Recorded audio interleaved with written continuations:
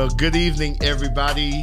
Glad everyone is here tonight. This is Desmond Meade from Florida Rights Restoration Coalition. I want to welcome all of you to the Our Voice podcast.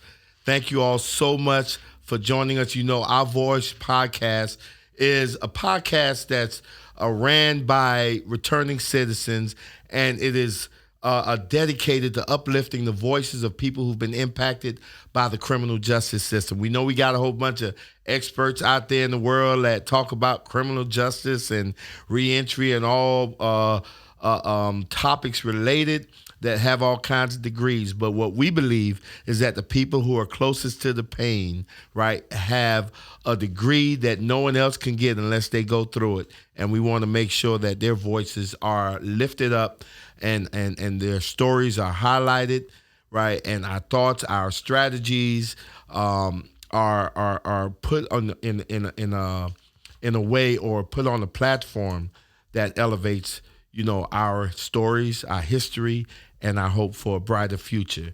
Today, you know, my other guest host, Neil Vose, is not here with us today, but guess what? We have a very special guest host in the house.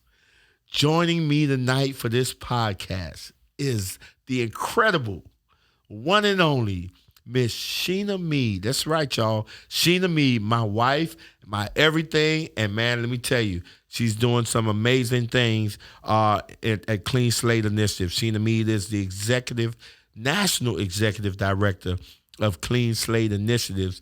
And y'all thought I did something with 1.4 million? Man, look here. She racking up the millions as far as lives that are being impacted. And so I want to welcome Sheena to the show.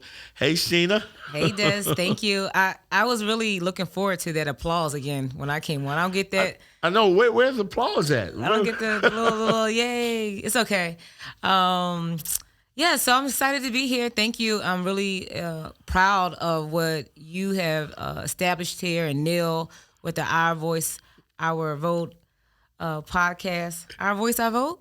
It's Our Voice. Our Voice. Sorry, you know, you have so many initiatives at FRC going on. Y'all doing so many big things. I know, we juggling all kinds of balls here. Yeah, I'm so excited. And, you know, a lot of folks think that we're like Siamese twins, that we're always together. But I'm coming off of a week being on the West Coast. I was not here to celebrate you during you getting the MacArthur Genius Award. So I want to just acknowledge all the great work that you've been doing, Desmond.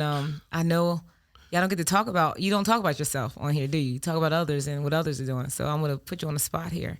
Well, you know, thank you so much. You know, let me tell you. Congratulations. One of the things I tell folks is that everything that I've been able to accomplish, right, has your DNA written all in it, right? You know, I remember when I first met you, you told me I had to get rid of the Yahoo account and get a Gmail account. I didn't even know what that was, right? But you went ahead and got me right, and you've been a blessing to not just me, but to the movement in general. There are so many returning citizens throughout the state of Florida, throughout this country, that have had some type of improvement in their lives because of you, right? And whether it's the Amendment 4 campaign or this initiative that you're currently leading with Clean Slate.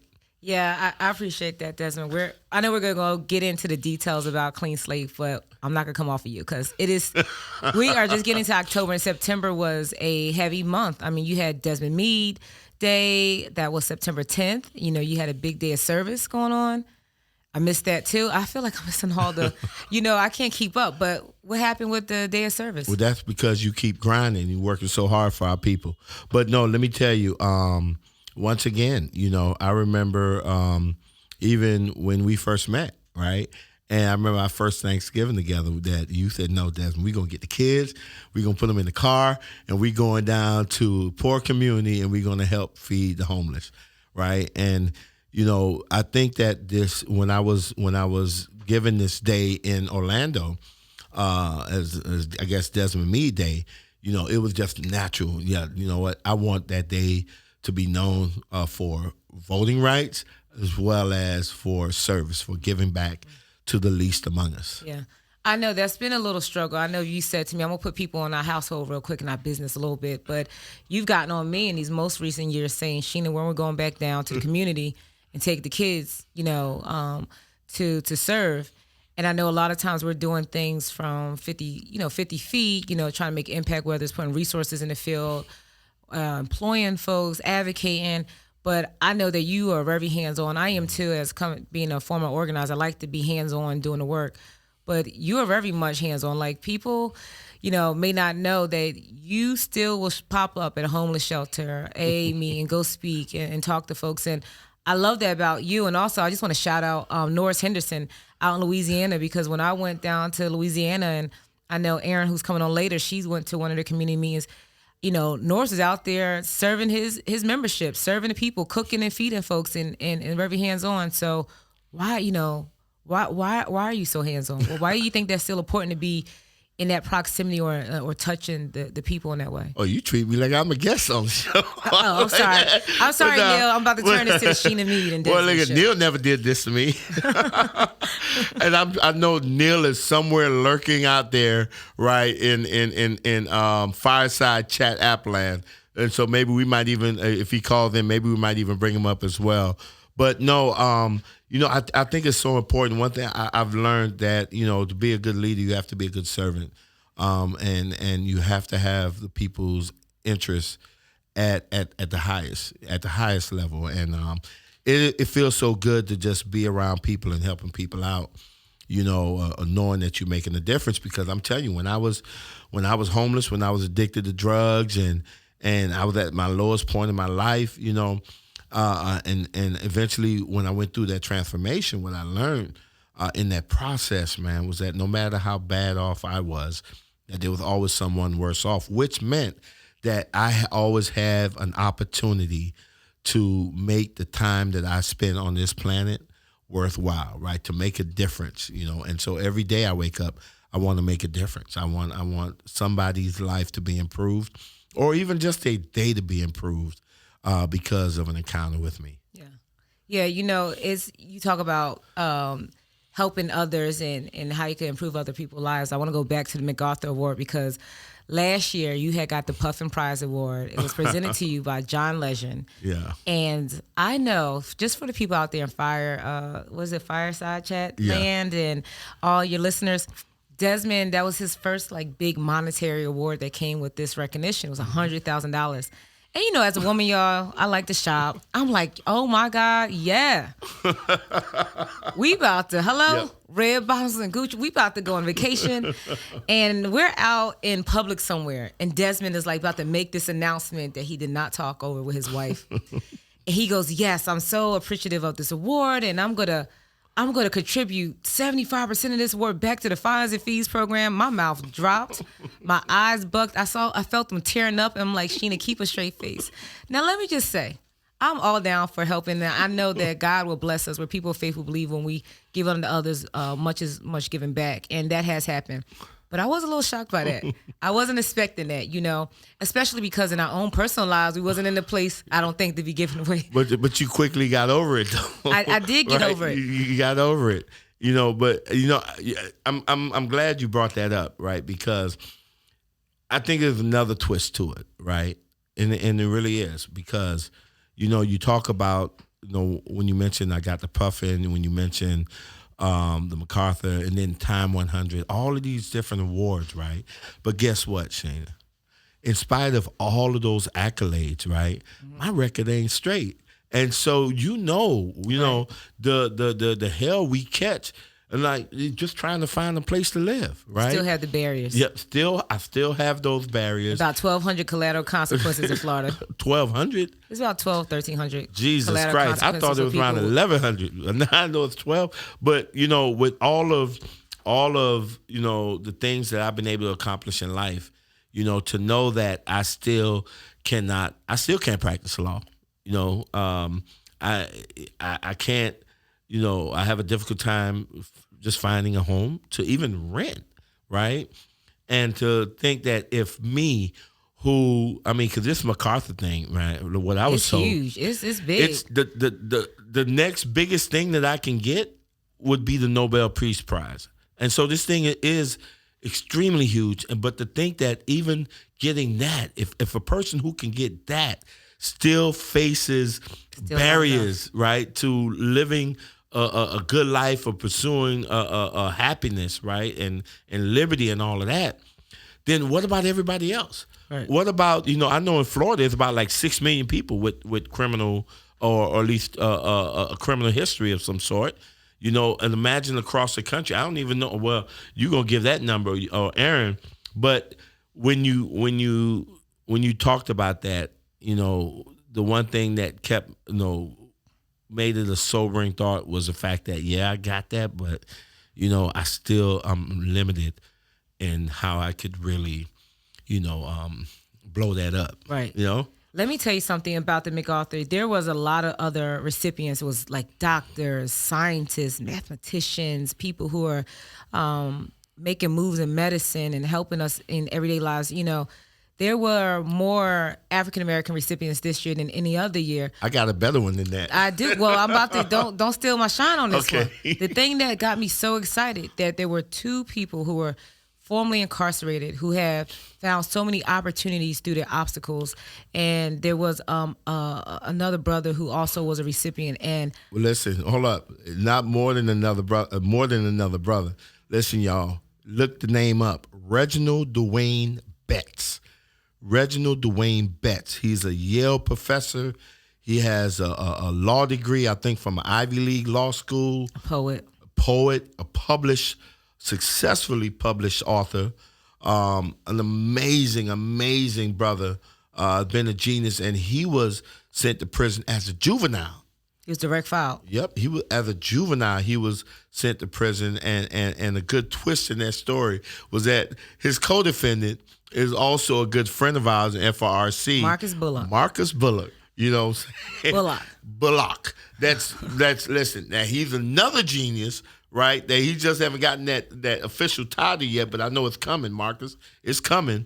But Marcus Bullock is the executive director of Flick Shop, which is like the Instagram for prisons.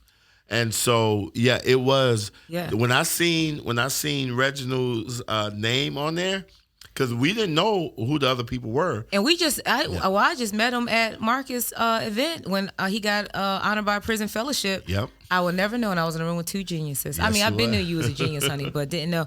Well, this may be another segment, but y'all said I could say whatever I want to, and I know y'all gave me a script that I'm not going to keep to. Well, you are the co-host. But 2 things. One thing I want to bring up, I saw he was denied interest into Howard University. I am going to put this out there. You were denied FAMU. And, I feel like there needs to be a conversation with HBCUs around this issue of people that have convictions or some type of legal record on why they're being denied. And I know when I applied to UCF, that I had to check a box. And when I checked that box, I had to go through the ringer to get those documents. But I want to just say this for the people out there. That denial, right? What did I say? A delay is not. What did I say? Now you done threw in there and messed me up. Your denial did not delay destiny. There it is. A denial cannot delay destiny. Yes. Right, but listen, you're setting a bad precedence for Neil, because I know when he come back, man, he's gonna be off the chain as my co-host. But no, once again, you drew it right back, and so just the things that you're saying is drawing it right back to the amazing work that you're doing, because at the end of the day, there you go. We have 2 MacArthur geniuses that was denied entrance into HBCU and probably many other colleges simply because of arrest history. Right. And so you need to tell the audience, what is it that you do that's going to change that, so people like me or Reginald Dwayne Betts or Marcus Bullock would not face those type of barriers and have a greater opportunity to show the world how many geniuses are out there that's been formerly incarcerated. Well, I think, Desmond, it's not about what I'm going to do, Sheena, or what Clean Slate is going to do. It's what we're all going to do collectively. I think we all have a role to play. And this legal system right now is so monstrous, and there's so many different issues and barriers out there. As much as I'm encouraged by all the work that we are all the barriers that we're chipping away collectively as a movement, sometimes it can get overwhelming when you're like, oh, okay, so we're clearing records, but yet someone is still have a barrier. They can't even get into school. When you hear stories like that, or that someone has to pay a fining fee, or someone can't vote, or they can't get housing. And so it's what we're going to do collectively. But for the Clean Slate Initiative, what we're focused on is making sure that we're expanding who's eligible to get their records cleared and trying to automate that process. We have had a lot of momentum across the country, and let me not just put it on me. There are great partners out there that has been working. Like who? Tell me some partners. Bipartisan coalition at that. We have Center for American Progress that was out there that has helped. There are partners even to Code for America. ACU people probably wouldn't think, shout out to David Savion, who's someone. Oh, David is in the house. Shout out, David, if you listening in or looking at the podcast, man. Shout out to you. He's probably got amazing work that you're doing at ACU, man. He's probably chilling back there with a cigar and some brandy right now, listening. But we have J.P. Morgan. We have Responsible Business Justice Initiative. We have Cecile. I'm going to see her tomorrow in New York. We have so many partners. There has been expanded. Before I came along with CJI, R Street has benefited, but there's partners across the spectrum, political spectrum, and business that has been supporting Clean Slate. It's a trending topic for our young people. If this was Twitter, it'd be a trending topic. So one thing I like, because at FRC, man, we're with, we believe, because there's a lot of folks out there that think, the only people that get arrested or get incarcerated are African Americans, and they like to vote Democrat, and the only people that's for them are Democrats, and all Republicans or all conservative people are against any kind of sensible criminal justice reform and stuff like that. And we at FRC, we kind of push back against that, because we know that, man, that felony disenfranchisement per se impacts everyone, right? And collateral consequences impact everyone. And it's going to take everyone to actually change it from both sides. And so we've also embraced the fact that, listen, at the end of the day, we putting the needs of people above the partisan stuff, above the implicit racial biases, and that we're really driving folks towards fighting for people, right? And so to hear that Clean Slate have bipartisanship is very refreshing and encouraging, man. Because listen, if you got David Savion rocking with y'all, then I know. Yeah, right on crime. Let me say something. When I got to the Clean Slate Initiative, every skill, gift, passion, all full of purpose is coming from the work that I've done with FRC and Amendment 4. So, I want to thank you. Desmond, you're my husband, but you're also a mentor and a leader in this movement. And I was your boss. And that's why I got out of there, everybody. He could not be a boss at home and try to be a boss at work. It was just too much bossing. So I took my boss shoes and I can't even curse on here, right? No? Okay. Well, I got out the way. But I bought that. When I got approached about Clean Slate Initiative, I got so excited. I was like, this is like Amendment 4. On steroids to me. It's not about, Clean Slate. We don't focus. You want to cough during my segment? We can't even record you. We can't even edit that out, Des. No, I'm sorry. People can't see us, and that's why y'all need a live on here so people can see us. We got the live. No, this is being recorded. Okay, y'all. And people can see us on YouTube, right? And where other platforms that we streaming on. So you telling me rushing in here with a half a lash in here, people would see that? People gonna see that. Well, but you're still beautiful, thank honey. you. Yeah, so I got so excited about being able to lead this organization. And I had this vision of if we were able to pass Amendment 4 in Florida, where the politics are crazy, where people don't even acknowledge what the barriers and the struggles of returning citizens, and we're able to do this in a way that brings 5 million people to say yes on 4. What can I do across the country, right? And I'm not no expert in anything. I'm just a Jersey girl, a fly Jersey girl that with a Southern swag in Florida who was an organizer. And I'm not a policy girl. I'm not into all these other things. Erin, she comes in there with her brains, and I got a great team. Shout out to my Clean Slate team. Let me just throw that out. We got Erin, we got Jesse, we got Avery. Shout out to MJ, we got ST, Jabria, Giovanna, S. We are a small but mighty team that is doing some things. And y'all doing some amazing work, but I'm glad you brought up, because we was talking about geniuses before. You got a few geniuses at Clean Slate, and one of them is actually, I think, on the line, right? Okay, talk about Erin. Can we bring Erin on? Erin. Hello, Erin.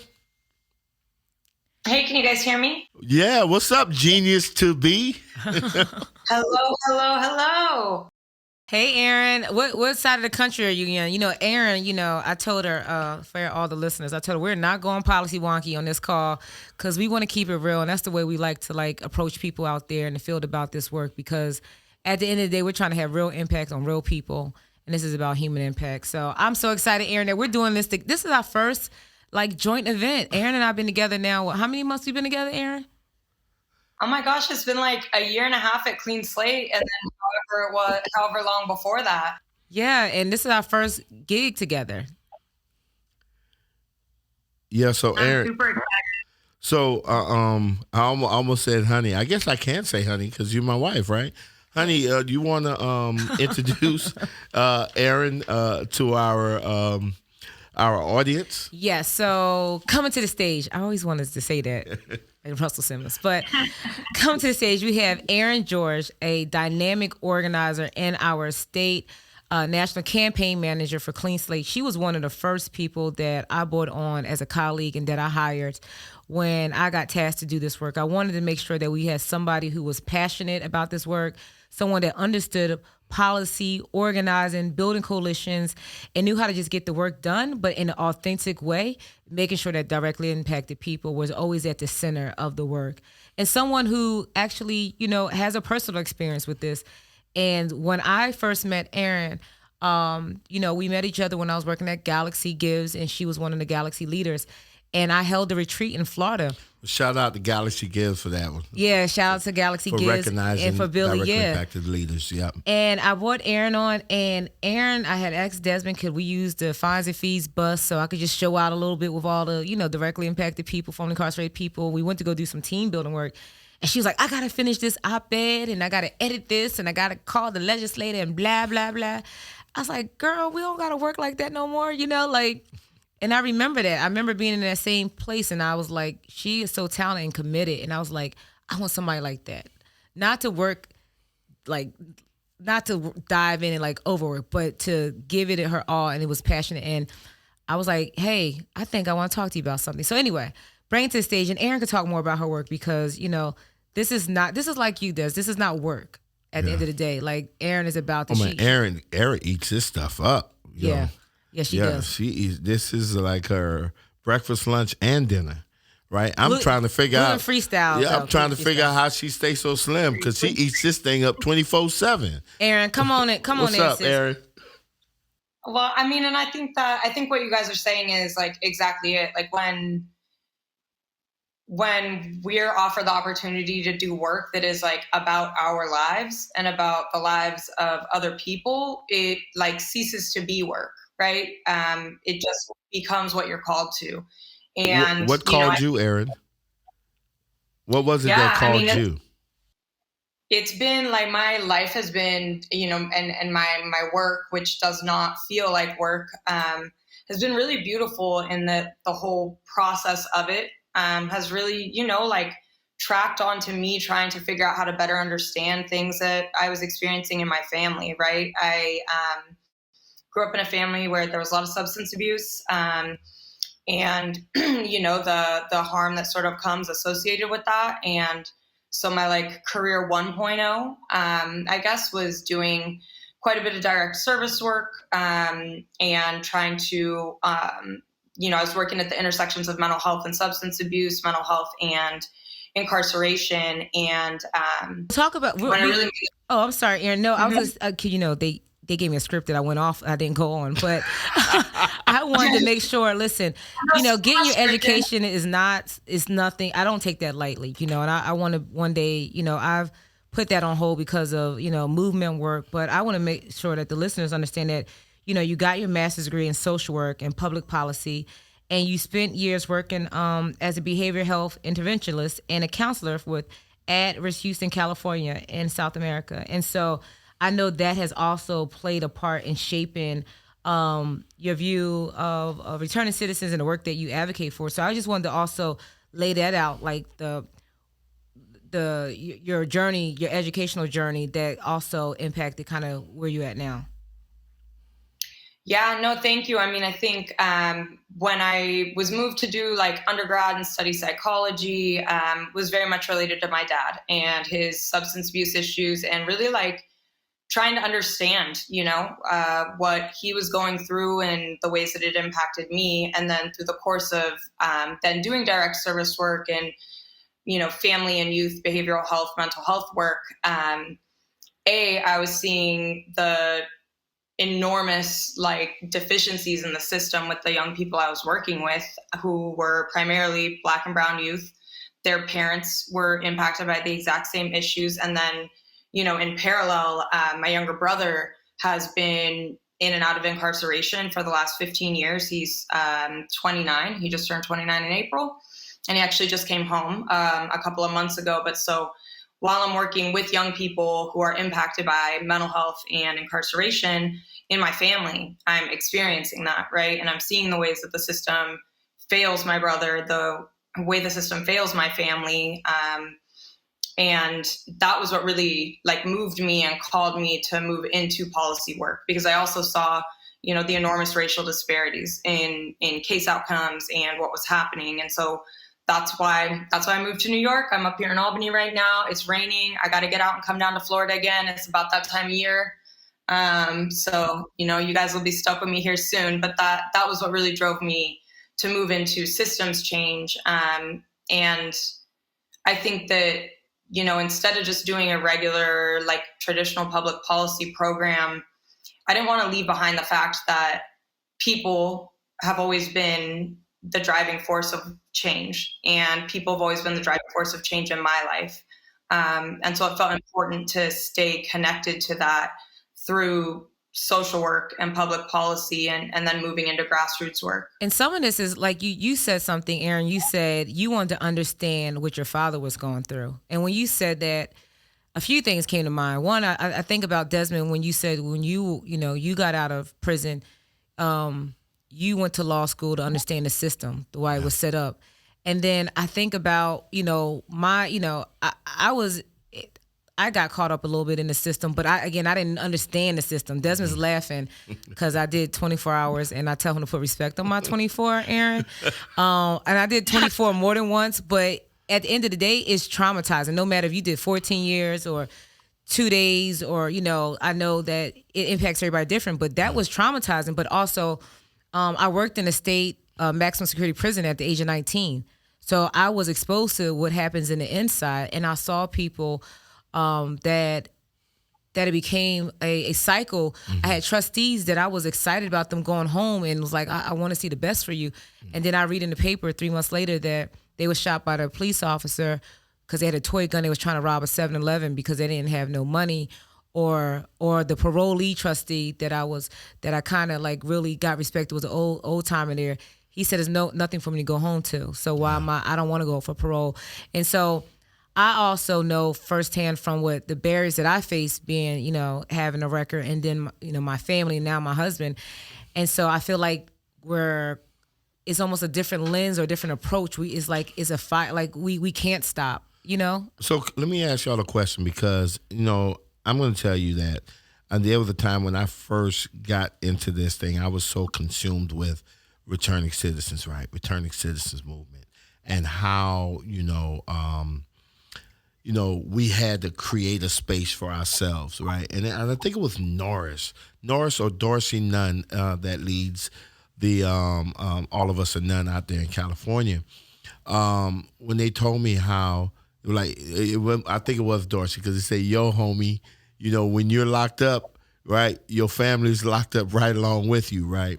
And I remember when they told me that many years ago, how I started to realize the importance of people, of family members who have become a part of the movement because of what's been happening with someone who they love, or like with you, Erin. And so I quickly realized how great of an asset everybody is to the movement collectively, right? That it's not just returning citizens themselves that can be a fierce advocate, but it's also the family members, right? They're some of the strongest advocates. Yeah. I mean, we've seen it with Amendment 4, the mothers, the fathers, the aunts, clergy that was coming on behalf of other folks that have been some of the strongest advocates. And Desmond, you could correct me if I'm wrong. When this started, I feel like they were the people that was driving this. It wasn't the people that at the beginning that directly impacted people. It was the family member said, I'm doing this for my son and my daughter. Yeah. And so I want to ask you, Erin, how have your experience been working directly with returning citizens as you're going around trying to create these policies to clear records? And what is Clean Slate's approach? Because some organizations be like, we got all the brains, we got all of the power, we got all of the money, we can just do it ourselves, right? Oh, no. What is y'all approach to that, Erin, and how have that experience been? Yeah, I think it's my brother's experiences, before coming to Clean Slate, I did a lot of work on pretrial, so bail reform, discovery reform, speedy trial. And my younger brother spent a lot of time in jail pretrial. He's actually served less time in prison. And he always would basically give me full access to his attorneys, right? Because he was inside. We know that you can't actually have honest calls while, they're being recorded, et cetera. And so when I first started doing sort of deep dive policy work, it was through the navigating of his cases with him that I was able to see in bills or in conversations about reform, that doesn't line up. There's going to have this, collateral consequence or this unintended consequence, or if you do this thing, this thing with bail reform, it's going to have another problem over here, right? And we're actually not creating a solution, right? We're plugging a hole, right? It's I think about it as a lot of times policy work can be harm reduction, right? Where you're we're putting a Band-Aid on the bleeding wound, but we're not healing it, right? And so for me, realizing that I, as someone secondarily impacted, had that insight, it never occurred to me to do anything other than have directly impacted people inform the policy we were developing and the strategy that we were developing. Because listen, people have been trying to change the criminal justice system for years and we clearly haven't gotten it right. You know what I mean? So I think that there's a role, like Sheena was saying, there's a role for everyone. It's important to have, legal experts and, policy organizations, et cetera, et cetera. But, you're actually not creating solutions that transform people's lives if you're not talking to them about it. And there are going to be things that I would never see that people who are not impacted would never, I think everyone's, impacted to some degree, right? Obviously you can't live in a country that incarcerates the way we do. And I think that's part of our movement building responsibility. But there's no way to create the solutions if they aren't driven by people who know through their own lived experience what the most challenging aspects of the system are. And it's something, when Sheena called me up, I was literally sitting in the living room where I'm sitting right now. And she was like, hey, do you want to come build a thing with me? And talk about that build, Erin. I want to know, since, you guys have gotten together, I want to know the impact. What have you all accomplished? Other than you guys got a real swaggy name. Clean Slate Initiative. But what are the things that you all have accomplished? Yeah, I think one of the biggest things that I'm proud of is that we're building this movement in a real intentional, genuine way, making sure that we are informing our decisions by directly impacted people and also aligning with our values and principles. But as far as policy impact, we've had some wins this year. And we've had some wins, and I know Erin's going to get into name those states. We had some wins in the pandemic where most folks are shutting down. And there was, I remember at the beginning of the pandemic, there's some of the work that y'all was doing, because y'all had a badass, I can't say that word right. You already said it. Director of organizer, that y'all were already doing some work that was easy to adapt to the pandemic, digital organizing, stuff like that. But there were a lot of movements that didn't know which way to go because of the pandemic. You know, sessions were closed. And when we came in, this was like, I think I came May of 2020, and Erin came July, and every month we were hearing that the pandemic was gonna be over. We had this magical wand that was gonna happen, and we had goals set up in front of us to pass some legislation in a few states, and we didn't know how this was gonna happen. And Erin jumped in and worked with our partners and advocates on the ground and got it done. And Erin, talk about what are those happened. states? Tell me about those states, Erin. I know Florida ain't in that list yet, but sorry for the background noise. Well, that's it right there. That's part. Listen, that's part of our discussion, because we talking about when the police comes and arrests somebody, and a lot of times that arrest don't even result in a conviction, right? But that person still is going to face some heartache and headaches over that, right? Yeah. So where are those states at? Tell me those states. Well, before she gets into the states, thank you, Des, because we could talk about a lot of stuff here. Well, let me lay a little bit of the foundation so you can understand. So the Clean Slate initiative is not just helping returning citizens, as you all define returning citizens, meaning people coming with felony convictions or coming out of incarceration. Clean Slate is helping people that has a legal record, meaning a lot of them have convictions, and a lot of people have non-convictions. There are 70 to 100 million people. Is it 1 out of 3 Americans have some sort of legal record? Meaning they've had some type of brush with the law, they've been arrested, they have a conviction. 1 out of 3. Wow. Americans. So that's, 70 to 100 million? People. Jesus Christ.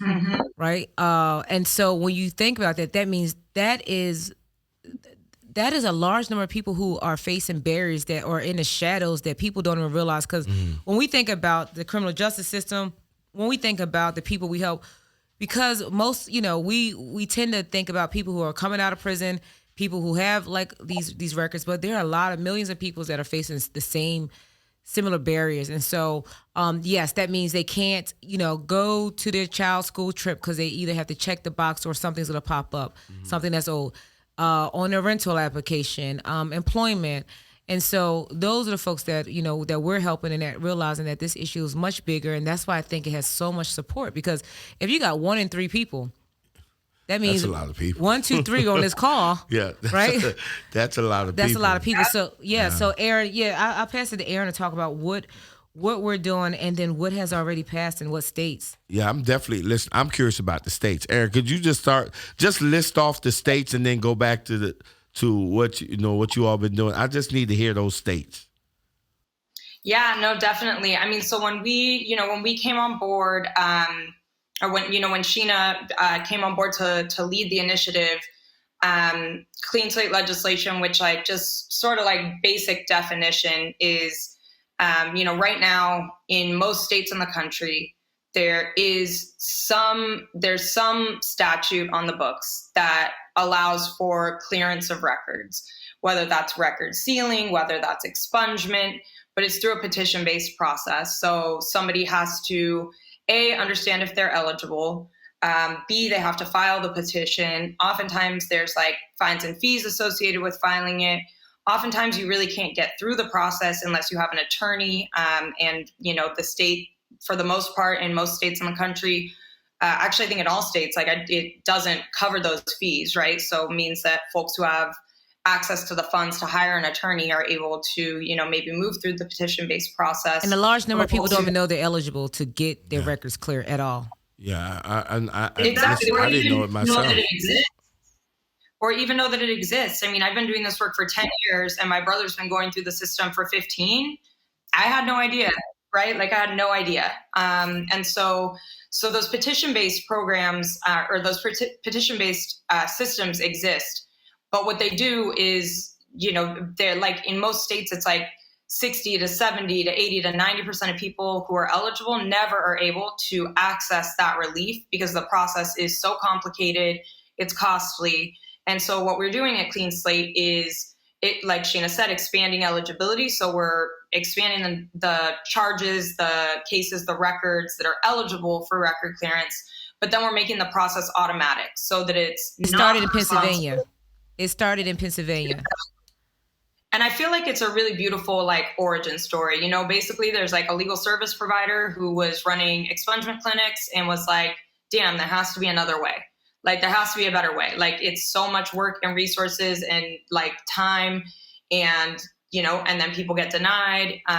And so it started in Pennsylvania. Shout out to Erin George. She's the one who led it. Just want to give her a shout out. Yes. Absolutely. Yep. Legal Services of Philadelphia. And they have been like rocking and rolling. They passed their law and then went back actually and passed a second law in 2019 that eliminated the requirement that fines and fees be paid before someone could have a record cleared, because we know that people are more likely to be able to pay fines and fees if they have a job, right? Yep. Well, that did touch me to my core with the fines and fees. Yeah. Because, you know, we're dealing with that here in Florida as it relates to just voting rights. But you're saying now that in order for people in some states, in order for people to get their record clear, they would have to first pay out any outstanding fines and fees? Yeah, I mean, that's the case in most of the petition-based states, and, you know, still in some of the Clean Slate states. But I mean, what we and our partners and this movement have been able to do in the last like year and a half is really, I don't know, this is like maybe the first time we've talked about it together, but it's really profound. There are campaigns so since, I guess in the last year and a half, automatic record clearance legislation has passed in Michigan that expanded eligibility and made an automatic process. The automatic process goes into place in 2022. How many people will that impact, Erin? Oh, I don't know what the numbers are off the top of my head. Come on now. I mean, it's like it's over 1 million, like over. Oh yeah, no, it's multiple millions. I mean, that's even what in a state like. Yeah, you know, listen, when you get into the Erin, when you're getting into the millions, you don't have to be exact. You know what I'm saying? You don't have to be like 1,523,022 people. You know, you don't need to be exact with that. Once you yeah. Wrong number. Yeah, listen, when you cross the million threshold, then you can be like, man, we're over 1 million, over 2 million, over 3 million, over 5 million, whatever. So what's the number? Even in Delaware, you know, which is a small state, right? We just passed Clean Slate legislation. When it goes into effect, it's going to impact almost 300,000 people. And Delaware is a tiny state, you know. We've passed Clean Slate legislation in Connecticut, and all three of those states, what's really exciting is that all three of those states, the Clean Slate laws apply to non-convictions, violations, misdemeanors, and some felonies. And so we can also see not only is this like movement growing geographically, but it's growing in scope of what people are demanding. New York has some of the most expansive legislation introduced. It almost passed last session and is definitely going to pass this coming session. You know, Utah. campaigns. No, I was saying Utah. We can't forget Utah, because Utah was something that was really pushed by a lot of conservative partners in the chamber, and right now they're in implementation right now. That's what I was about to ask next. Because, you know, Erin, when you talk about the people that demanded it, you know, I want to know who are the people that you're talking to. I mean, and does it vary in the different states, right? So maybe in one state it is people in the community, service providers that's really the loudest voice. Maybe in another state it's the state legislators, and then you talk about your business partners, right? You talk about ACU. You talk about J.P. Morgan, you know, are they having a voice in this, you know, in certain states to help push this? Oh, yeah. Erin could talk about the partnership with J.P. Morgan in Delaware and just a partnership with them nationally. You know, we're finding out, like we're seeing now that business community is definitely waking up to the issues of not being able to, you know, have like sustained employment. Like there's good folks out there who need jobs. Like there's a large population of people that are being left out, right? Yeah. That people like, I need to find employees, and we're like, they're right here, but your policies are like keeping them from out. And so we're seeing where business is actually advocating more. And what I've been hearing in different spaces we've been in, is that they are hiring people who have some type of legal record, but when they want to let them move up to get certified or get different occupational license, they're like, I can't even get Johnny, he can't get his occupational license when I promote him because of the laws. And so they're now starting to advocate and get in spaces, and because they're realizing that this issue is unfair and unjust. Well, let me tell you, here in Florida, we're not as advanced as, the other places where you're working. But, we have a person here in Florida that's like leading that voice, that leading voice that's saying, hey, you looking for workers? Man, look here. We got a whole bunch of folks over here. And by the way, he is blowing up my phone like crazy, talking about, let me in. And so, I don't know, he's a little nervous because you doing real well on this co-host spot. But Neil, I think we got Neil on the line too as well. Hey, Neil, you worried about your spot? Man, I didn't know that we were going to have a Jersey fly girl just show up and start throwing it out like you're doing. Sheena, you're killing it. Thank you. Yeah, when you say fly girl, I think about, what was that show that we used to like? In Living Color.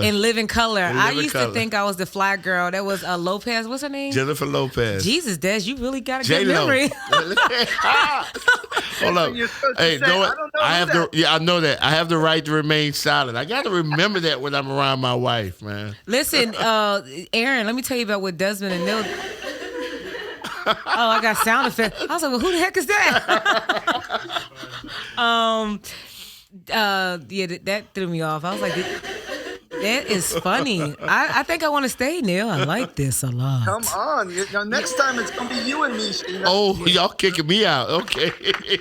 So, I see you, Neil. That's Xavier back there being funny on the autos.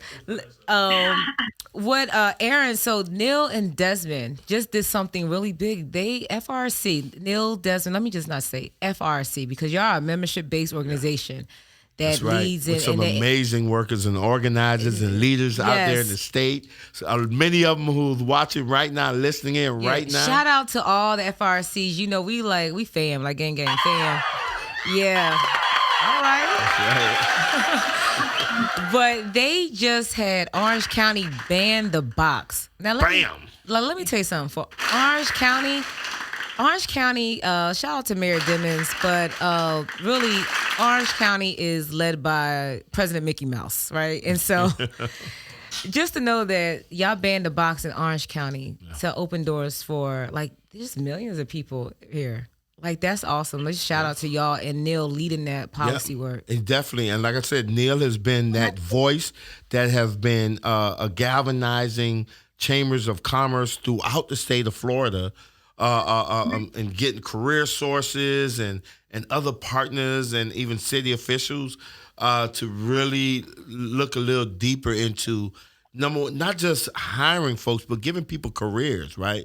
Because it's one thing to give somebody a job that's only going to be there 6 months. That's not anything, right? You want a person to have an opportunity to have a career where they can advance, take care of their family, and earn a decent wage, right? And so Neil has been that champion. And so, Clean Slate got their genius in Erin. We got our genius in Neil. And so, I wanted Neil to come on. I'm so glad Neil is on. Hi, Neil. And like, it's so interesting. Everything that y'all are just saying sort of like ties up in multiple conversations I've had with each of you where, like, in terms of like who supports Clean Slate, like it's really like the most expansive base of any CJ policy I've ever worked on, right? Like business supports it, labor supports it, impacted people support it. And I think that that's because like belief in like second chances and redemption is like as American as apple pie, right? And it's like something that cuts across race, cuts across political party, cuts across socioeconomics. And Neil and I were talking the other day, like just sort of like brainchilding some stuff that everybody will find out about because it's going to win. It's going to happen.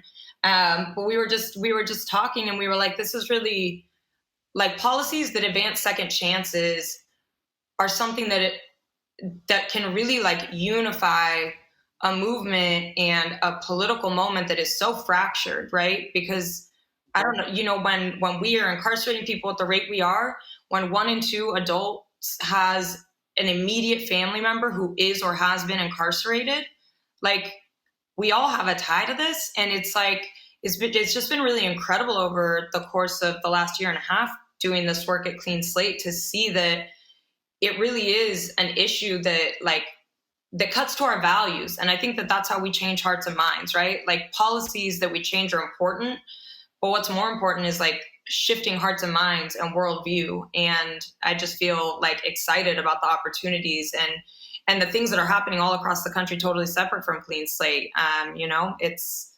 It's a moment. Where you at, Neil? I gotta just say, Erin, it's always fun to talk to you. And now we're on the podcast together. Like, I appreciate your wisdom and I appreciate your heart. And you're right. Like, there's these common values that are just, people get it if we're in proximity with each other. And that's what I love about like this podcast, the ability to get together and talk with people just along the lines of humanity and say, we just want to be treated like anybody else. Like that's real basic. And when somebody, no matter what their politics are, they look at you and like, well, yeah, that makes sense. I can dig that. Suddenly you can work with something. And then we see this moment right now. Des says it best. Like if you look at all the big issues facing our country, facing our state, returning citizens, people impacted by the criminal justice system are the center of it all, right? Like jobs, employment. How do we get more people employed? Voting. How do we deal with public safety? After the pandemic, all of it right here in the middle, our people have been impacted. And so that's why these conversations are so important. And big old shout out to the whole Clean Slate family. Because Erin, you're right. I'm hoping we got some wins coming soon. It's awesome to hang out with y'all. Well, I'm definitely looking forward to hearing more about that, and hopefully, maybe Neil, maybe you and I could, work a little harder and try to convince Clean Slate to come to Florida. What do you think? Come on. We need it. Listen, we're everywhere. Don't worry. We're everywhere. We're I'm like, listen, you talk to me about a state with a beach and I can lobby for it. We got a whole bunch of beaches, especially down there in Naples. Ain't that right, Neil? That's right. We got a chapter in Key West. We got lots of different beaches. You really need to get to know the public. Well, let me tell you something. We may have some competition because Hawaii has been a state that we've been looking at because Hawaii has beautiful beaches and Hawaii has no mechanism to get your record clear right now. Really? They're one of the only states that doesn't even have that petition-based system I was talking about. Let me just share a brief story because I remember when I first got in trouble, I didn't know that I can get my records clear. I didn't know that some kind of process existed. The process in Florida is really crazy. It really is. But when I did find out, right, it was so intimidating. Just the level of paperwork that you had to go through, and then on top of that, you had to pay like a special a fee to one of the law enforcement agencies just to get a certificate of eligibility so you can go before a judge, right? And I could think at the time I didn't even have a job. I was trying to get a job, couldn't get it because of the record, and then someone said, well, you can get it clear, but in order for me to get it clear, I needed a lawyer to go through that maze, and on top of that, I needed $75 to give to these people so they can give me a certificate of eligibility. And so you know what I did? Probably what a whole bunch of other people did. Just said, you know what? I guess that's just the way it's going to be. Yeah. I would say this. No wonder. Oh, go ahead, Sheena. Sorry. I was just, when Desmond was talking and, just thinking about our personal journey with trying to get a house, a rental place, and then, Desmond, not getting his rights cleared. I just thought about if Desmond today, for some reason you say, I want to go ahead and let the young people, whoever, lead this movement. I want to go back. Like if Desmond today, just who you are right today, went to go try to find a job and apply for stuff with all your accolades, even being a genius, because of some of these restrictive policies and stuff like that, I wouldn't even get a second look. You won't get a second look. Yep. You can't even get your law degree. There's a lot of occupational license you cannot get. You can't be a truck driver right now without going through some rigmarole. So listen, that's why we have space for you at Clean Slate though. Yeah, but actually, what I was going to say was that's why I'm like so honored and blessed to have you as a wife, because in addition to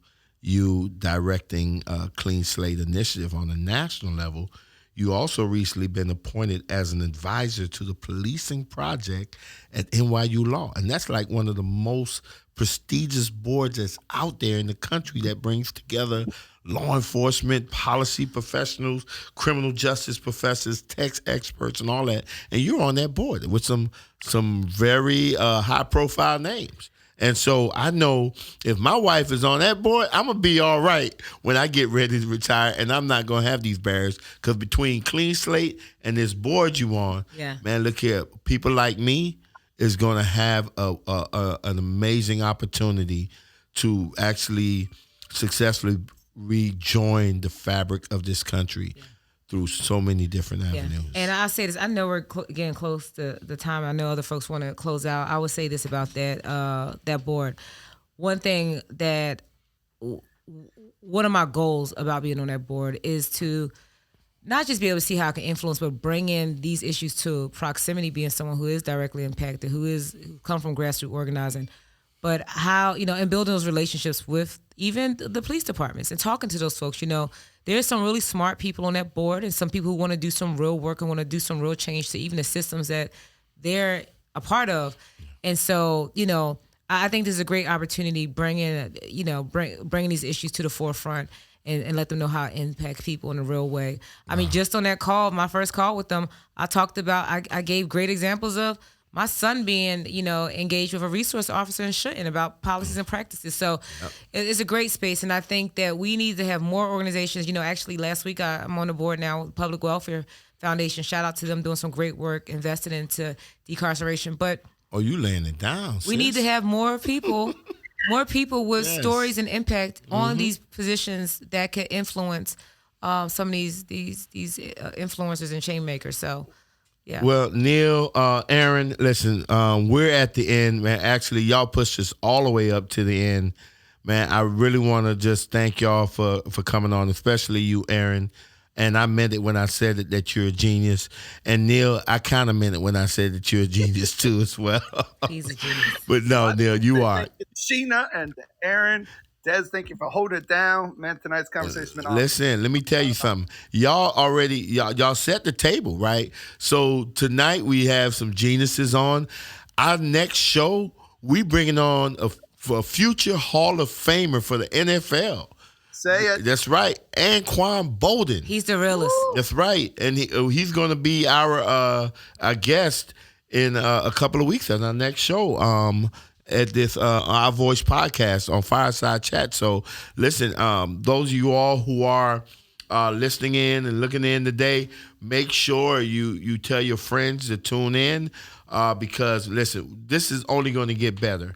We got geniuses this call. We're going to have future Hall of Famer next call.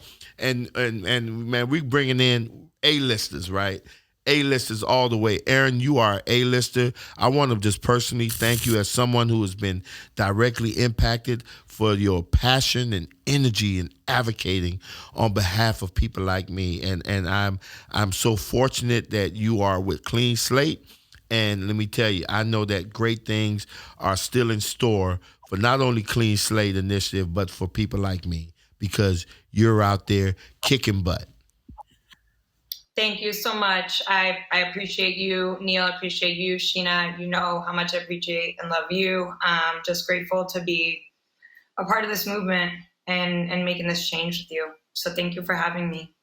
Yeah. And Neil, of course, I always love you, man. You my brother from another mother. Thanks, Neil, for joining my show your show, Our Voice podcast. Grenade. I love both you guys. I love doing life with you guys, and I love that my phone is already blowing up with these Florida State and Baltimore Raven and Arizona Cardinal fans who want to hear Anquan. But we're gonna be talking about more than football. So. Yeah, hey Neil, you might have to fight to get your chair and mic back, man, because I'm telling you, Sheena's getting real comfortable over here. I want a production assistant on set next time I come. I like this. I'm telling you, you know what? Clean Slate y'all may need to in-kind some of this time to Clean Slate for we could use y'all system. This is cute. Y'all would be done if I could see myself on video right now and like online comments. I would not leave. I promise I wouldn't. This is dope. We got to thank Brandon. We got to thank Xavier, the whole team. That's right, man. We got a killer production team in Brandon and Xavier, man. Week after week after week, they bring it. Yeah. Right? They bring it. And we're looking to bring it again in 2 weeks, y'all. Listen, we bringing in the future Hall of Famer. I'm saying it, speaking it into existence. It just got announced that he made the list. And listen, we know that he's going to get it. Anquan Bolden, he's been a champion for social and criminal justice and a dear friend of the Florida Rights Restoration Coalition. We having him in. But for now, Sheena, man, thank you so much, honey, for having me so much. For coming. You're amazing. Yes. The work that you're leading is amazing, and we want you back more and more and more and more. And I know you and Neil is probably going to conspire to kick me out the room, and you and him going to host the show. Yeah. And I would gladly listen to it, look at it on my Fireside Chat app. If you don't have it, your friends don't have it, make sure you tell your friends, download the Fireside Chat app today. I'm telling you, because from here on out, matter of fact, I'm going to tell you what I tell FRC people. Grab a helmet. It's going to be a wild and crazy ride, and we're going to have fun along the way, and we're going to be lifting up the voices of directly impacted people. We're going to be making sure that we're highlighting the great work that they're doing and also the allies and friends of directly impacted people. You've heard tonight from Erin George. You heard Sheena Meade, and there's many more to come. Thank y'all so much for joining us tonight. I'm signing off. The better half of the Neil and Desmond show, right? I'm signing off Our Voice podcast. Neil will be back in our next episode.